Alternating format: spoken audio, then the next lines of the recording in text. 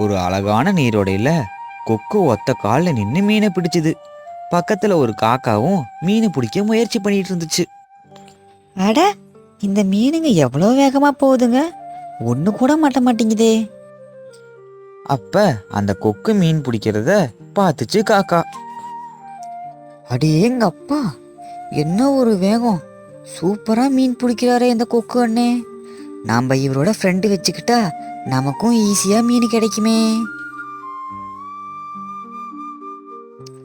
கொக்கு அண்ணே, கொக்கு அண்ணே, நீங்க சூப்பரா மீன் பிடிக்கிறீங்க. உங்க ஸ்டைலு வேற லெவலுண்ணே. ம் அதெல்லாம் அப்படிதான். என் கண்ணுல இருந்து எந்த மீனும் தப்ப முடியாது. அண்ணே, நாம் ரெண்டு பேரும் ஏன் நல்ல நண்பர்களாக ஆகக்கூடாது? உங்களுக்கு கிடைக்கிற உணவை எனக்கு கொஞ்சம் கொடுங்க. நான் காட்டுக்குள்ளே போய் பழங்கள் கிடைச்சா அதை உங்களுக்கு தரேன். எப்படி? என்னது, உனக்கு மீன் தரணுமா? எனக்கு நல்லா மீன் பிடிக்கிற திறமை இருக்கு தம்பி. அதனால ஈஸியாக நான் மீனை பிடிச்சி சாப்பிடுவேன். எனக்கு யாரோட உதவியும் தேவையில்லை. உனக்கு வேணும்னா, உனக்கு திறமை இருந்தா நீ மீன் பிடிச்சி சாப்பிட்டுக்கோ. ஓ, சரிண்ணே. உங்களுக்கு தொந்தரவு செஞ்சிருந்தா தப்பா நினச்சிக்காதீங்க, நான் வரேன். அங்கிருந்து காக்கா பறந்து போயிருச்சு. சில மாசங்கள் கழிச்சு கோடை காலம் வந்துச்சு. நீரோடைகள்ல இருக்கிற நீரெல்லாம் கொஞ்சம் கொஞ்சமா வத்த ஆரம்பிச்சுது.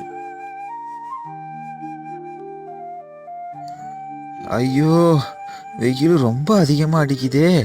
தண்ணி வேற குறைஞ்சிருச்சு. ஒரு மீன் கூட கண்ணுலயே மாட்ட மாட்டேங்குது. வயிறு வேற பசிக்குதே. அப்ப காக்கா வாயில பழங்களை கொண்டு வந்துச்சு. கொக்கை பார்த்த உடனே கொக்கு கிட்ட போச்சு. கொக்கு அண்ணே, என்னாச்சு? ஏன் இவ்வளவு சோகமா இருக்கீங்க? மீன் எதுவும் கிடைக்கலையா?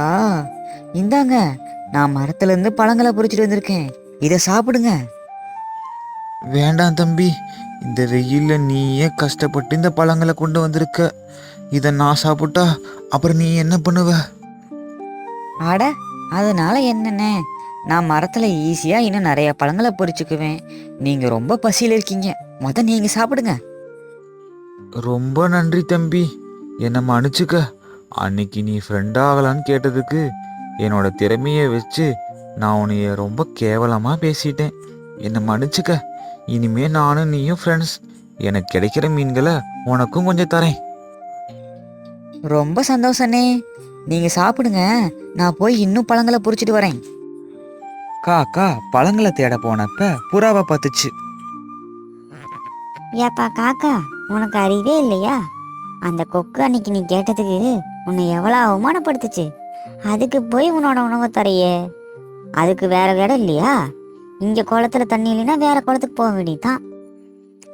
புறா நண்பா, உதவிங்கிறது அவங்க நம்ம கிட்ட கேட்டு வர்றது கிடையாது.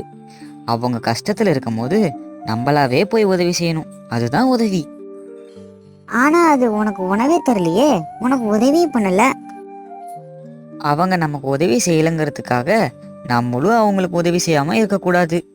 கொக்கும் நம்ம இனம் தானே, நமக்குள்ள நம்மளே உதவி செய்யலைன்னா எப்படி? ஆமா காக்கா, நீ சொல்றதும் ஒரு வகையில சரிதான். நான் தெரியாம சொல்லிட்டேன், என்னை மன்னிச்சுக்க. வா, நானும் வரேன், ரெண்டு பேரும் சேர்ந்தே பழம் பொறிப்போம்.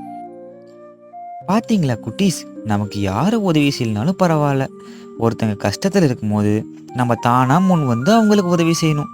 இதுதான் சிறந்த பழக்கம்.